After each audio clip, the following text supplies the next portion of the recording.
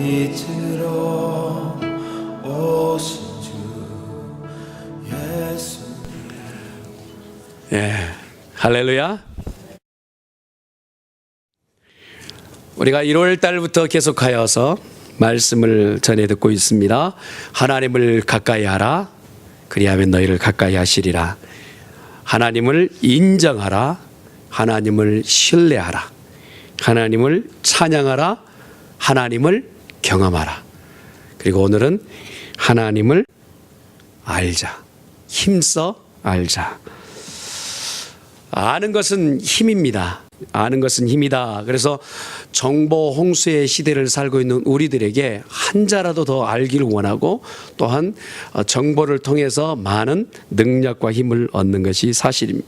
네, 힘만이냐? 아는 것이 병이다, 아는 것이 탈이다 라고 하는 말들도 있죠. 네, 아는 만큼 사람이 무엇인가 보이는 것 같아요. 내가 알고 있는 만큼 세상이 보입니다. 천하의 모든 우주에 가득 차 있는 이 만물이 있음에도 불구하고 이 만물의 모든 것이 다 보이는 것이 아니라 내가 알고 있는 것만큼만 보이죠. 그래서 내가 아는 만큼 기뻐하기도 하고, 내가 아는 만큼 슬퍼하기도 하고, 내가 아는 만큼 또한 복이다고 생각하는 사람들도 있는 것입니다. 가난이 교사라고 알고 있는 사람은 가난을 지나면서 이것은 잠깐 지나가고 나중에는 이것이 내게 스승이 되어서 좋은 결과를 낼 거야 하면서 가난을 바라볼 때에 오히려 성공의 어미로 보기도 합니다. 이런 사람은 가난을 지나지만 기뻐할 수 있는 것이죠.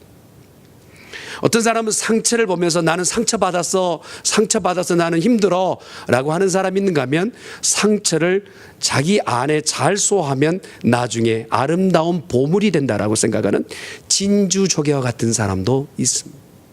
내가 무엇을 아느냐는 결국 내가 어떻게 인생을 살아가느냐로 일관할 수 있는 것이죠. 결국 내 안에 그것이 내 안에서 이해되고 아는 만큼 나는 그 인생을 살아내는 것입니다. 농부의 눈에는 무엇만 보이느냐면 농과 밭만 보입니다. 신발 장수는 눈에 신발만 보입니다. 치과 의사들한테 제가 물어봤어요. 주로 어디를 많이 이렇게 보게 되면 사람들이 보입니까? 그랬더니 참 미안해요 목사님, 웃고 있으면 웃음이 보이는 것이 아니라 웃고 있는 사람의 치아 속에 있는 치석이 보입니다. 참 독특하지요.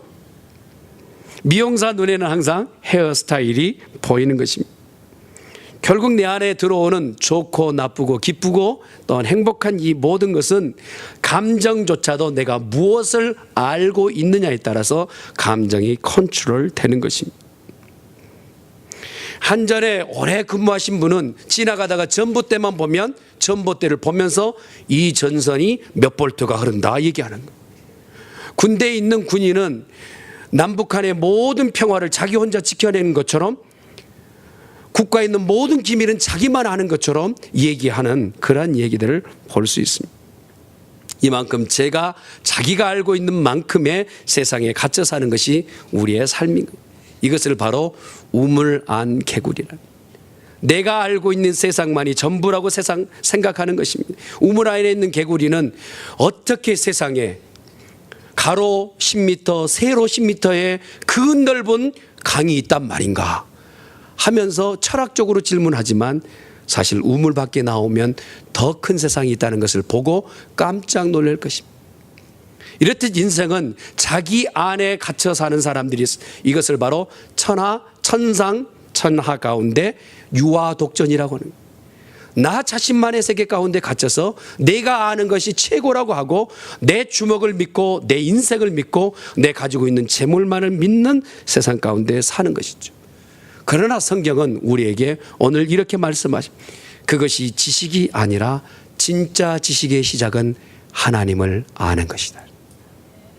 하나님을 아는 것이 지식의 시작이라 성경은 말씀하고 계시는 거죠. 모든 지식의 근본이 되는 것은 하나님을 알 때부터 시작이 되는 것입니다. 잠언 1장 7절에 얘기합니다. 여호와를 경외하는 것이 지식의 근본이 되거늘 미련한 자는 말하기를 훈계를 멸시한다라고 얘기하고 있습니다. 잠언 2장 6절에도 대저 여호와는 지혜를 주시며 지식과 명철을 그 입에 내심이라 말씀해 주고 계십니다. 잠언 9장 10절에도 말씀하시기를 거룩한 자를 아는 것, 하나님을 아는 것이 바로 지식과 명철의 시작이라고 말씀하십니다.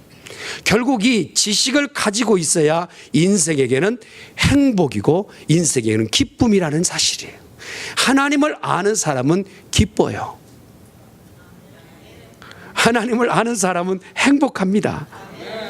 우리 교회는 그런 사람으로 가득한 줄 믿습니다. 지금 숫자는 한 200명 앉아 있습니다만 제 믿음의 눈으로 그래요. 우리에게 행복한 인생의 삶이 계속될 수 있기를 예수님 축원합니다. 10년 이상 20년 믿는다 하지만 그 얼굴에 평안과 기쁨이 없고 행복하지 않는다면 그 사람은 신앙생활 잘못하고 있는 거예요.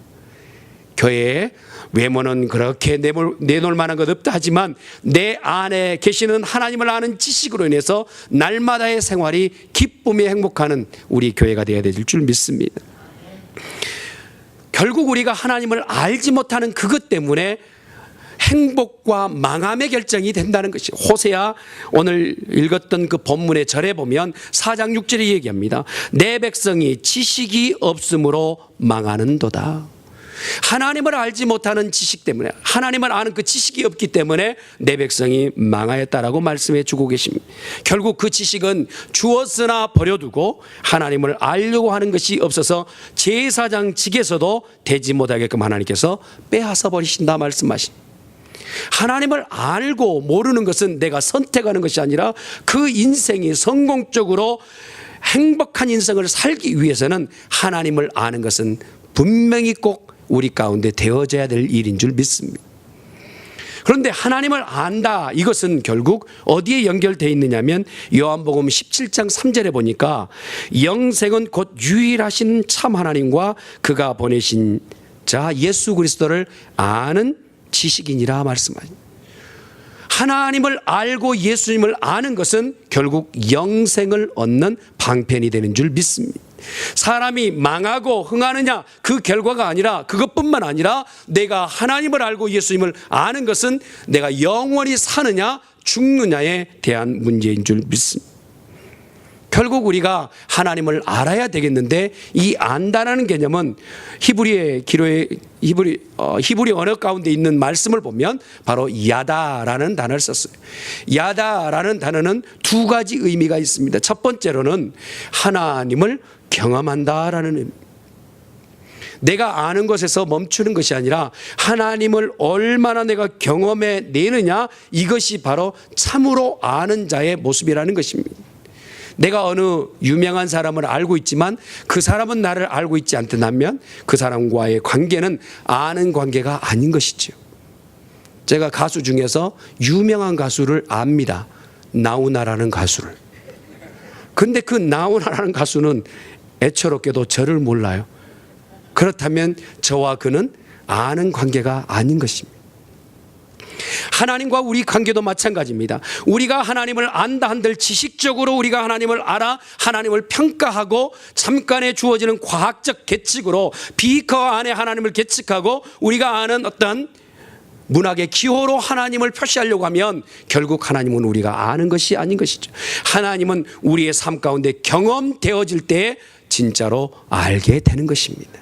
사랑하는 성도 여러분, 우리 모두가 하나님을 알되 경험되어진 하나님을 알 수 있기를 예수님의 이름으로 축원합니다.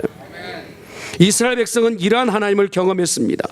그 아브라함이 경험했던 하나님, 이삭이 경험했던 하나님, 야곱과 요셉이 경험했던 하나님을 계속적으로 열거하면서 얘기하기를 홍해를 건너게 하셨던 그 하나님이 내가 믿는 하나님이고 내 삶 가운데서 지금도 그러한 기적은 계속되리라고 믿고 있는 것입니다. 그래서 이스라엘의 역사는 어떤 역사냐면 하나님을 아는 역사요, 하나님을 경험하는 역사라 할 수 있는 것입니다. 이 역사는 끝난 이야기가 아니라 오늘 저와 여러분에게도 해당되는 일인 줄 믿습니다. 하나님을 아십시오. 그 하나님을 내 삶 가운데서 경험하실 수 있기를 예수님의 이름으로 축원합니다. 거기에다가 두 번째 의미는, 안다라는 의미는 남과 여자 가운데서 밀접한 성관계에 대한 부분을 얘기합니다. 부부지간에 아주 거룩한 그런 관계를 의미하는 것입니다. 이것이 사실 우리 가운데 이해하기 좀 어렵죠. 하나님과 우리 관계가 부부간의 관계의 의미라고 하면 이해가 되지 않습니다. 그러나 오늘 기록하였던 호세아가 어떻게 성경을 써 내려갔는지를 보면 이해가 쉽습니다. 호세아는 북이스라엘의 마지막 선지자였어요. 북이스라엘이 722년 망할 때에 하나님께서 너희가 이대로 죄를 범하면 결국은 북이스라엘이 망하겠다라고 경고 메시지를 하였지만 그 호세아의 이름에 따라서 호세아의 의미가 내가 너를 구원하겠다. 네가 지금 죄악 가운데 있지만 하나님을 외쳐 부르면 내가 너를 구출해 주겠다라는 것이 바로 호세아 선지자를 하나님께서 선택하신 목적이었습니다. 그럼에도 이스라엘 백성은 하나님의 뜻과 계획대로 되돌아오지 않고 계속하여 이방의 민족들에게 손을 내어드리며 조금이라도 부유함과 내게 평안함을 주는 이웃 나라들에게서 도움을 받으면서 그들의 문물까지도 그대로 받아들입니다.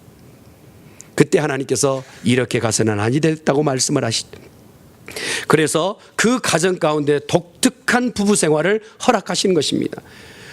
이 남편된 호세아에게 밖에 나가서 창기와 같은 고매를 그 가정의 아내로 드리라는 것입니다.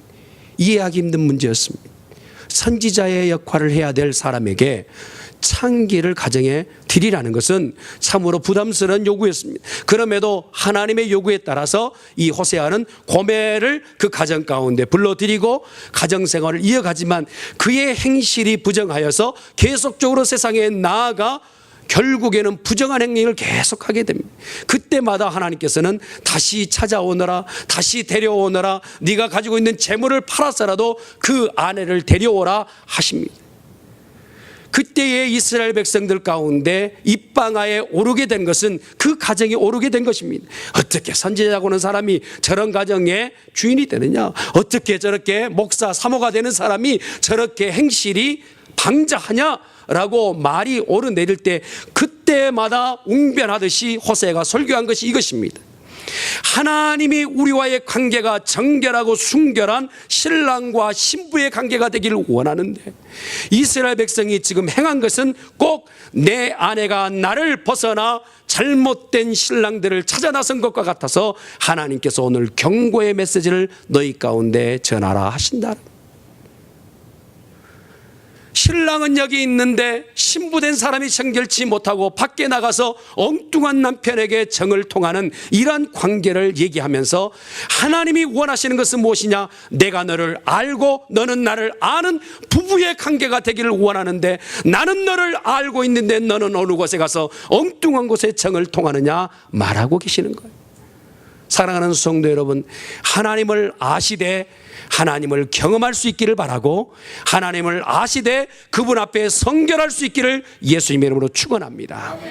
그러할 때 우리의 관계는 온전한 부부의 관계가 된단 말입니다. 이 안다라는 야다의 단어 가운데 이 의미가 숨어 있어요. 그러므로 우리가 하나님 앞에 하나님만을 바라보는 복 있는 성도가 될 수 있기를 예수님 축원합니다. 요 근래 책을 썼던 월트 디즈니사에서 애니메이션 그리기로 아주 유명한 전 사장님이라는 분이 책을 썼는데 그 책 가운데 예수님 하나님 바보라는 그러한 제목을 썼어요. 하나님은 바보이십니다. 그런 얘기가 아니라 내 인생에 하나님밖에 없어요. 딸을 너무 이뻐하면 무슨 바보를 합니까? 저처럼 딸이 없으시군요. 딸을 너무 이뻐하면 뭐라고 했냐면 딸 없으면 나 못 살아 하는 사람을 뭐라고 합니까? 딸 바보라고. 하나님 없으면 못 살아요 하는 것을 뭐라고 해요? 하나님 바보라고. 그가 자기 자신을 칭하기를 뭐라고 해요? 나는 이제 하나님 없이 못 사는 하나님 바보입니다. 그가 인생의 신앙생활을 해오다가 이제껏 살아보니 결과만을 내놓고 열매만을 기대하다가 하나님께서 어느 날 말씀을 주시는데 네가 내게 붙어있지 아니하면 내가 너에게 들어갈 수도 없고 너는 나로 더불어 먹을 수도 없다라고 말씀하신 그 말씀에 이가 크게 무너지기 시작한 거예요. 그러면서 그 이후부터 열매만을 기다리는 것이 아니라 내가 하나님 앞에 붙어 있느냐가 더 중요하구나 깨닫게 된 것입니다. 사랑하는 성도 여러분, 여러분의 삶 가운데서 아름다운 열매를 기대하고 계십니까? 그렇다면 하나님 앞에 붙어있는 성도들 될 수 있기를 예수님은 축원합니다. 그가 나의 남편이 되시고 나의 신랑이 되어야 되겠습니다. 나는 그의 정결한 신부가 되어야 될 줄 믿습니다. 이러한 말씀을 전하는 호세아의 시대적 배경이 가난하고 정말 자기가 나가서 그 빈궁한 삶을 사는 그러한 사회적 현상이 아니. 그때 당시 망하기 바로 전에 이스라엘부터는 참으로 경제적으로 발전이 돼 있어서 어느 곳에가 다윗과 솔로몬의 시대에 비근할 정도로 지금 북이스라엘이 잘 살고 있습니다. 그때 잘 먹고 잘 살고 쓰는데 아주 불편함이 없고 부유한 사람은 어떻게 이 돈을 다 쓰지? 하면서 지금 생활하고 있는 거예요. 어떻게 이 돈을 다 낭비할 수 있지 하면서 자기 벌어들인 돈들에 대해서 고민하고 있는 세대. 가난한 자에 대해서는 더 이상 눈을 돌리지 않고 자기의 부유를 어떻게 쓸 것인지에 대해서 이렇게 고민하고 있는, 하나님께는 관심조차 없고 내게 주어진 물질만에 관심 있는 이때에 그들에게 마음에 자리 잡고 있었던 것은 권력과 탐욕과 불의와 사치스러움이 그들의 마음에 가득 차게 되었다. 어떻게 하면 돈을 벌지? 이방 땅에 있었던 우상단지를 들여다가 이제 자기의 신상 앞에, 하나님을 섬기는 그 제단 앞에 우상을 섬기기 시작하고, 그 많은 사람들의 외부적 세력들을 불러다가 이제 이스라엘의 풍토와 문화로 만들어버린 이 세대 가운데 하나님께서는 더 이상 참아내지 못하시고 이제 호세아를 통하여 경고의 메시지를 하시는 거예요. 네가 이렇게 계속하다가는 망한다라는 거예요. 이렇게 계속 물질만을 탐욕하고 사치스럽게 살며 하나님은 네 마음에 두지 아니하고 하나님 알기를 껌딱지처럼 생각하는 너의 인생은 결국은 망하게 된다는 이 메시지. 그러나 어느 하나 그들의 관심사에 들지 않는 이 메시지는 그냥 허공만 흔들다가 끝나버린 이야기. 결국 하나님께서 이렇게 하면 망하겠다 하셨던 그 경고가 그대로 되어졌습니까? BC 722년에 북이스라엘이 아수르에게 완전히 망하게 됩니다. 그 망한 이후에 그들이 가지고 있었던 문화를 완전히 이스라엘 백성의 토양으로 가지고 이스라엘 백성들의 여인들은 자기 나라에 데리고 가서 자기 아내를 삼고 거기에 있는 남종들은 불러다가 이 사마리아 땅과 이스라엘의 문화와 풍토를 바꿔내는 이 참혹한 현실을 만나게 되고 있습니다. 이런 엄청난 결과가 오기 전에 이스라엘 백성은 깨닫고 하나님 앞에 되돌아야 갔어야만 했습니다. 오늘 이 메시지를 하나님께서 오늘 이 땅에 다시 한번 주신, 풍족한 시대에 살고 있는 우리들이 다시 한번 하나님의 음성을 들을 수 있는 우리가 되어야 되는데, 하나님께서 오늘 우리에게 뭐라고 말씀하십니까? 하나님을 알라 하십니다. 할렐루야. 하나님을 알 때 힘써 알라 말씀하십니다. 근데 그 하나님을 알 때의 첫 번째 단계가 무엇입니까? 하나님 앞에 되돌아가야 되는 것입니다. 한번 따라합시다. 하나님 앞에 되돌아가야 합니다. 6장 1절의 말씀을 보면 그렇습니다. 오라 우리가 여호와께 돌아가자 말씀하고 계십니다. 하나님께서 이스라엘 백성이 왜 망했습니까? 라고 말했을 때, 내 백성이 지식이 없음으로 망하는도다. 네가 지식을 버렸으니 나도 너를 버려 내 제사장이 되지 못하게 할 것이요 내가 네 하나님 율법을 잊었은즉 나도 내 자녀들을 잊어버리리라. 말씀이 그렇게 말씀하셨어요. 그때 그 말씀을 듣고 우리가 망하여서는 안 되겠다라고 고민하며 회개하며 하나님 앞에 되돌아와야 되는데 결국은 하나님의 말씀을 듣지 아니하여 망하게 되었다라고 말씀하십니다. 우리는 하나님 앞에 되돌아가야만 합니다. 이것은 우리가 선택할 내용이 아니라 우리에게 필수적으로 필요한 내용인 줄 믿습니다. 이 사태의 긴박성을 깨달으면서 하나님 앞에 나아가는 믿음의 권속들이 될 수 있기를 예수님의 이름으로 축원합니다. 이것을 듣는 우리들에게 선택의 여지를 주는 것이 아닙니다. 조금 이따 하지, 나중에 하지, 조금 시간이 지나면 내가 믿음 생활을 더 잘하지, 하나님을 아는 일에 대해서 내년에는 열심히 하지, 그것 아니란 말입니다.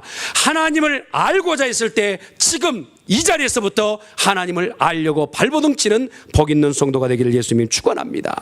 빌림이 예수님을 만나고 나서 곧바로 했던 것이 무엇입니까? 나다나에게 달려가서 이렇게 얘기합니다. 와서 보라. 너는 지금 지체할 것 없다. 예수님을 와서 지금 봐라. 계실 때 보아라. 곁에 있을 때 보아라. 말씀 주실 때 보아라. 지금 말씀하고 계시는 줄 믿습니다. 사랑하는 성도 여러분, 하나님을 알 때에 내년이고 내달이고 다음 달이고 미루지 말기를 바랍니다. 오늘 이 시간부터 하나님을 알기를 열심을 내는 복 있는 성도가 되기를 예수님 축원합니다. 이것이 우리가 사는 방법이고 우리가 행복해질 수 있는 유일한 방법인 줄 믿습니다. 사마리아 여인이 뭐라고 얘기합니까? 예수님을 보고 나서 물동이를 집어 던지고 나서 와서 보라 얘기합니다. 그것은 우리가 결정할 최고의 결정이라고 성경은 얘기하고 있는 것입니다. 그러나 뒤를 돌아보며 내일 하지, 아니 내가 두고 온 것이 너무 아깝다라고 말했던 창세기 19장의 롯의 아내는 뒤를 바라보면서 하나님 아는 것보다 예전의 것을 눈여겨보다가 그가 그 자리에서 소금 기둥이 보태고야만, 하나님을 아는 지식에 대해서 미리 전달했지만 노아의 그 경고의 메시지를 듣지 않았던 많은 사람들은 노아의 방주 곁에서 문을 두드리겠지만 열리지 않고 수장되어 결국은 죽음의 자리에 있게 됩니다. 하나님을 아는데 이제는 시간이 없습니다. 우리가 앞으로 100년을 살 겁니까? 200년을 살 겁니까? 우리에게 주어진 시간 가운데 하나님을 힘써 아는 복 있는 성도 되기를 주님의 이름으로 축원합니다. 미루어둘 일이 아닙니다. 우리들이 살 수 있는 유일한 길은 하나님 앞에 되돌아가는 길인 줄 믿습니다. 내 가정이 살 수 있는 유일한 길은 하나님 앞에 되돌아가는 길인 줄 믿습니다. 우리 교회가 부흥할 수 있는 유일한 길은 하나님 앞에 되돌아가는 길인 줄 믿습니다. 이 나라가 미국 땅과 한국이 다시 잘 사는 나라가 되기 위해서는 오직 하나님 앞에 되돌아가는 길밖에 없는 줄 믿습니다. 주님 재림 가까워졌습니다. 여러분, 주님이 오실 날이 얼마나 가까웠는지 우리 스스로가 지금 체득하고 있지 않습니까? 세상에 되어진 모든 일들을 보십시오. 주님이 가까이 오셨습니다. 그 주님을 만나기 위해서, 그 주님을 더 깊이 알기 위해서 알고자 하는 열심이 있기를 주님의 이름으로 축원합니다. 예수님을, 하나님을 알기 위해서 두 번째 2절의 말씀을 보면 오라 우리가 그 앞에서 살리라 말씀. 이것은 킹 제임스 버전의 기록에는 이렇게 있습니다. 하나님 얼굴 앞에서 살자 얘기. 세네카라는 사람이 이런 말을 했어요. 사람들은 관심 가운데서 오래 살기를, 오래 사는 것, 그것에 대해서 관심 갖지만 더 중요한 것은 옳게 사는 것이 더 중요하다. 한번 따라할까요? 이런 좋은 말들은 오래 사는 것보다 옳게 사는 게 중요하다. 할렐루야. 예, 성경의 말씀은 아닙니다만 오래 살려고 발버둥 치는 것보다 옳게 사는 것이 더 중요합니다. 그러나 옳게 사는 방법은 어디에 있습니까? 하나님 앞에서 사는 것이 옳게 사는 것입니다. 하나님 앞에서 내가 어떻게 정리정돈하며 살 것인가? 사람들이 보는 것보다 하나님이 나를 보는 것에 대하여 더 정확하게 하나님이 나를 내용까지 보고 알고 계신다는 그 눈 앞에서 두렵고 떨림으로 산다면 그는 하나님 앞에서 사는 사람인 줄 믿습니다. 오늘 많은 사람들이 관심이 어디입니까? 내가 어떻게 보여지느니, 어떻게 내가 건강하게 사느니, 이것이 관심사입니다. 그래요. 건강하게 살고 오래 살고 어떻게 보여지며 사는 것 중요합니다. 그러나 더 중요한 것이 이것입니다. 내가 건강하고 내 안에 계신 예수님이 병들었다면 이것은 문제인 거예요. 그러나 나는 병들어 살지만 내 안에 계신 예수님이 건강한 모습으로 사신다면 이것은 올바른 신앙인의 모습인 줄 믿습니다. 내가 좀 가난하게 살지만 내 안에 계신 주님은 부유하신 예수님이라면 이는 건강한 예수 그리스도의 사람인 줄 믿습니다. 내가 무능해 보여도 내 안에 계시는 예수님이 능력이 있다면 그 사람은 올바른 믿음을 가지고 있는 사람인 줄 믿습니다. 요즘 연예인이 되려면 기본적으로 외모를 고쳐야 된다고 그래요. 80% 이상이 성형수술을 한다고 합니다. 잘 보이기 위해서 뜯어 고치는 것, 뭐 그렇게 부정적인 것만은 아닌 것 같기도 합니다만 더 중요한 것은 한 가지 더 겸해서 뜯어 고쳤으면 좋겠어요. 얼굴 뜯어 고칠 때 마음도 뜯어 고쳤으면 좋겠어요. 사랑하는 성도 여러분, 우리가 하나님 앞에서 어떻게 살 것인가, 사람 앞에서 잘 보이려고 얼굴을 뜯어 고치는 사람들의 그 열심처럼 하나님 앞에서 옳게 보이기 위하여 우리의 마음을 뜯어 고치는 작업이 지금 필요합니다. 할렐루야. 우리의 마음을 하나님 앞에 정하고 하나님 앞에 올바로 사는 복 있는 성도가 될 수 있기를 예수님이 축원합니다. 그래서 이 말씀을 들을 때 우리의 마음이 뜨거워요. 보라, 이전 것은 지나갔으니 새 것이 되었도다. 우리의 겉모습은 후패하지만 내 속사람은 날로 새로워지는 것으로 인해서 하나님 앞에 더 가까이 나아가 하나님을 아는 사람의 삶을 살아내는 우리 모두가 되어줄 수 있기를 주님의 이름으로 축원합니다. 세 번째 3절에 기록되는 말씀처럼 우리가 하나님을 알아야 되겠는데, 내가 헌신하고 봉사하는 대상자가 누구인지를 알아야 그 헌신과 봉사가 기쁘지 않겠습니까? 그런데 헌신과 봉사가 기쁘지 않을 때가 있는데, 내가 지금 아는 사람이 누구인지 모를 때에 헌신과 봉사가 기쁘지 않아요. 보통요, 가장 스트레스를 많이 받는 사람들이 전화 통화로 안내를 하는 사람들이 스트레스를 많이 받는다.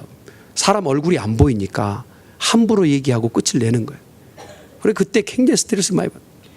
고객이 누구이고 또 말하는 사람이 누구인지 안 보이기 때문에, 내가 지금 서비스를 하는 사람이 누구인지 안 보이기 때문에 더 힘겨운 직업 중에 하나라고 합니다. 사랑하는 성도 여러분, 교회 안에서 우리가 헌신하고 봉사할 때 혹시라도 기쁘지 않고 혹시라도 시험거리 있다면 다시 한번 하나님을 하나님으로 깨닫고 아는 지혜가 있기를 축원합니다. 할렐루야. 하나님을 바로 알 때 우리는 헌신된 삶을 살게 될 줄 믿습니다. 이 말을 고린도전서 15장 34절에 바울이 이렇게 얘기를 했어요. 깨의를 행하고 죄를 짓지 말라. 하나님을 알지 못하는 자가 있기로 내가 너희를 부끄럽게 하기 위하여 말하노라 얘기합니다. 이것은 바로 믿지 않는 자에게 서신을 보낸 것이 아니라 고린도 교회에 바울이 편지를 쓰면서 얘기할 때에, 네가 하나님을 알지 못하는 자가 있는데 너희를 부끄럽게 하기 위해서 이 편지를 쓴다 이게. 이걸 조금 쉽게 설명할까요?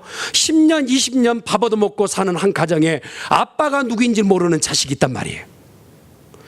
매일 밥상을 차려서 아이에게 먹이려고 내놓았던 어미에게, 참 얼굴은 고와 보이시네, 당신 누구십니까? 라고 말하는 자식이 있다라 이 말이에요. 교회 안에서 하나님을 알지 못하는 자가 이러한 모양과 똑같다라는 것입니다.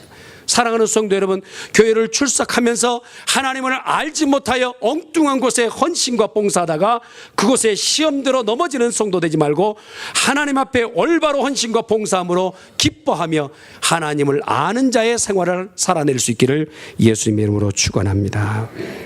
말씀을 마무리 짓게요. 내가 재물이 없기에 부끄러운 지경에 혹시 있으십니까? 내가 지위가 남들보다 높지 못하기 때문에 부끄러우세요? 그리고 내가 조금 남들보다 외모가 못하기 때문에 부끄러우세요? 그것이 부끄러움이 아니라 하나님을 알지 못하는 것을 부끄러워하는 우리 모두가 되어야 될 줄 믿습니다. 하나님을 알고 있다면 그것이 내게 자랑거리가 되어야 되고, 어느 곳에도 우리는 부끄러움의 대상이 되지 않는 줄 믿습니다. 왜냐하면 하나님이 우리를 부끄럽게 여기지 않고 계시기 때문에 그렇습니다.